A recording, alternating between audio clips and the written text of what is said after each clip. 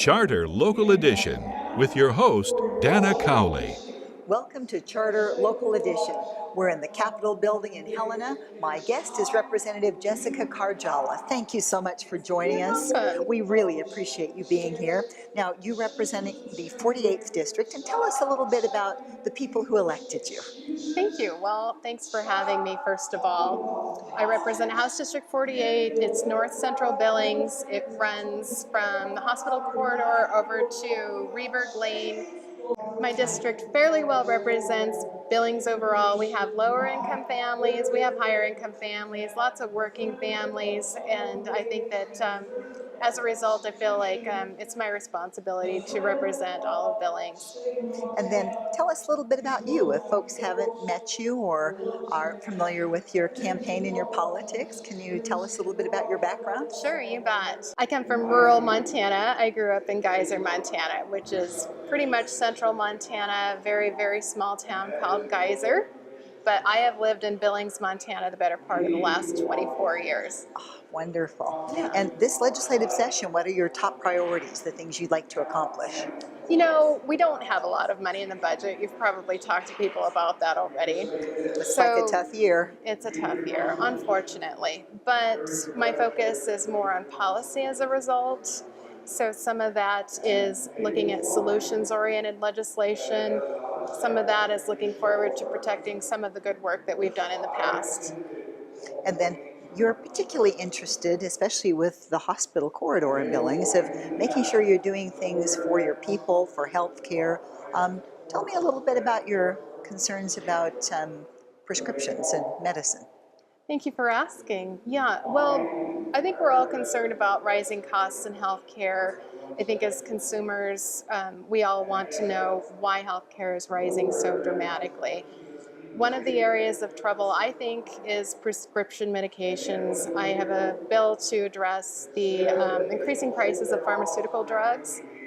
My bill just requires some transparency for the pricing of the drugs. So if a drug is increased more than twice the consumer price index of medical goods for the previous year, our Attorney General may be able to pursue why the price is increased, particularly what do they attribute the price increase to. Each failure to provide the information requested can lead to a fine up to $10,000. Ah, all right. And then what else, with all of the unknowns with the new Trump administration, do you think you can proactively do at the state legislature level to help the folks who may or may not have health care in the immediate future? Thank you for that question. And that's one of the most stressful things about this session. Not knowing what's on the horizon and not knowing what the greater plan is at the federal level leaves us not knowing what our plan of action should be. However, I do know that we want to protect the work that we've done at the state level. I'm particularly proud of the work that we did last session. We were able to put together bipartisan legislation called the HELP Act. It was carried by a senator from Great Falls, and we were able to provide Medicaid expansion for working people in Montana. As a result, the last count I heard that 67,500 Montanans were receiving health care through the HELP Act. Wow. So that's a big impact of folks who may or may not have that going forward, and that has an impact on the economy depending on which way it goes. Absolutely. Thank you for asking that, Dana. Prior to passing the HELP Act, we accounted for only 1 out of 20 low-income Montanans receiving health insurance. Now 1 out of every 8, only 1 out of every 8 is uninsured. So we've been able to dramatically decrease the number of uninsured folks in Montana. What that means in terms of a positive economic impact is that those folks who were working without health insurance are now healthier. They may be able to work longer hours. They maybe go from a full part-time job to a full-time job. More importantly, though, those jobs that depend on insurance, that depend on health care provision, may be dramatically impacted by repeal of the HELP Act. So when we passed the legislation, it was estimated that it would create between 11,000 to 13,000 jobs.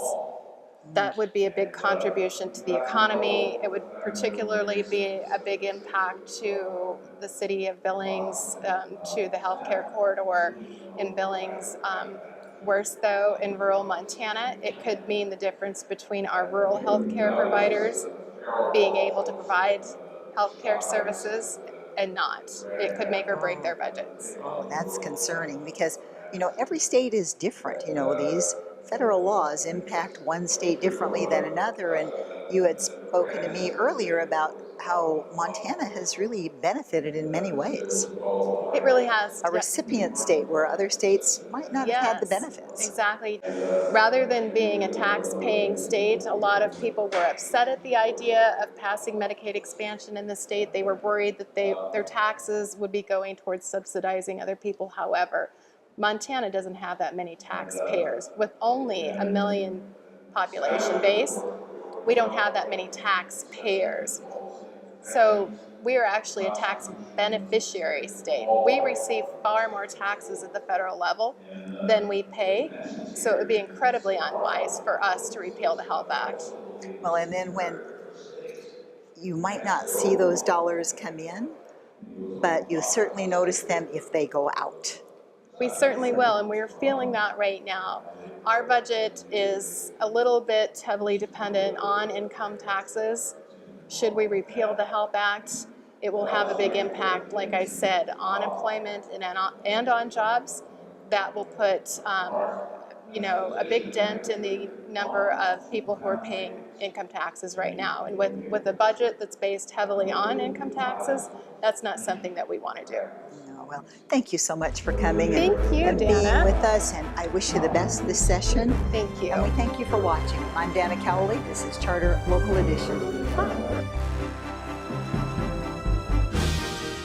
Charter Local Edition has been an exclusive presentation of Charter Communications. View all episodes at localeditiononline.com.